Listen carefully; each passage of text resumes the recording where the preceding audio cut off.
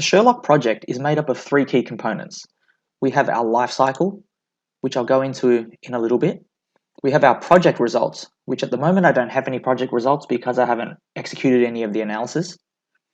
And lastly, we have our circuit card or circuit cards. In this case, I have one circuit card, but if I had multiple circuit cards, you'll see them just listed one after the other. If I expand my circuit card here, you'll see that the circuit card's made up of a lot of things, namely a lot of different files that you see here. These files have been read in from my ODB++ archive, and Sherlock has gone through, looked at them, and identified their file type as well. So if I right-click on this file here and click Edit Properties, you'll see that Sherlock is able to automatically detect that this is a pick-and-place file from an ODB++, assign it that file type, and along with that file type, we have some extra additional options here for the pick-and-place file. If Sherlock's incorrectly assigned my file type or has just failed to assign my file type and I know what it is, I can always click the drop down here and you can see here that Sherlock supports all of these different file types and I can manually assign them to this file type. Similarly for this layer here, for instance, if I right click and edit properties, you'll see that Sherlock's identified this as a copper layer from the ODB++, and therefore we have some copper layer properties that go along with that. Any file type that's been detected and assigned can then be used and viewed in Sherlock. So if I right click on this top file again, I can view my file, which in this case is the pick and place file, and I can actually see what that pick and place file looks like as it's in its raw form. Or I can double click on it and actually view visually this pick and place file. So Sherlock will open up in a layer viewer as you see here, and you can see all of the components that it's reading from the pick and place file, both on the top and on the bottom. And Sherlock actually visually gives us an image here to give us an idea of where these components sit on our board.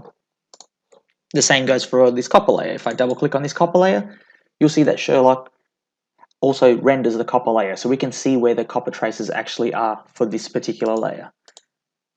And I can click through and you can see that the different copper layers have copper in different areas, and Sherlock's able to visualize that for us. I can also add all manner of other files into this files list here as well, even files that Sherlock doesn't necessarily support or Sherlock can't really do anything with that information. If I right click on the circuit card, I can go down to add files and I can choose some files. So for instance, I'll choose these two files here. I'll add them and you see that they're added to this files list here. One of them is a PDF, which Sherlock's identified as a PDF. And if I double click on the PDF, it actually opens in my PDF reader here and I can read through the PDF like I would any other PDF file. This other file here is a PowerPoint file and Sherlock's not able to actually open that and it hasn't detected what it is. It's just another file type. But I can always right click on it, go to show location, which opens my project directory, and in here you can see my PDF and my PowerPoint file, which I can double click obviously here in this Explorer window and launch PowerPoint. So you see, even though Sherlock may not be able to utilize all of the incoming data, it still keeps and tracks all of that. And if I export this project and send it off to somebody else, when they open that project, these files will be attached with the project itself. So it's good for just traceability if I wanted to put in some spec sheets or some test data or data sheets. I can attach them to my project, and even though Sherlock doesn't directly use that information, anyone that's opening that project can view that and can utilize that information as well. If I right click on the circuit card itself, I can go down to my circuit card properties where you see my circuit card name, and in this particular circuit card I can also add some notes if I want. I can also choose the solder type that's used on this circuit card. There are a bunch of other options as well, so I can export different components from my circuit card. So I can export the circuit card itself to be used later on or to send to somebody else, or I can export things just like the mount points, the ICT fixtures, test points, and wire bonds. Obviously I can delete circuit card, and that is pretty straightforward. It'll just delete this circuit card from my project.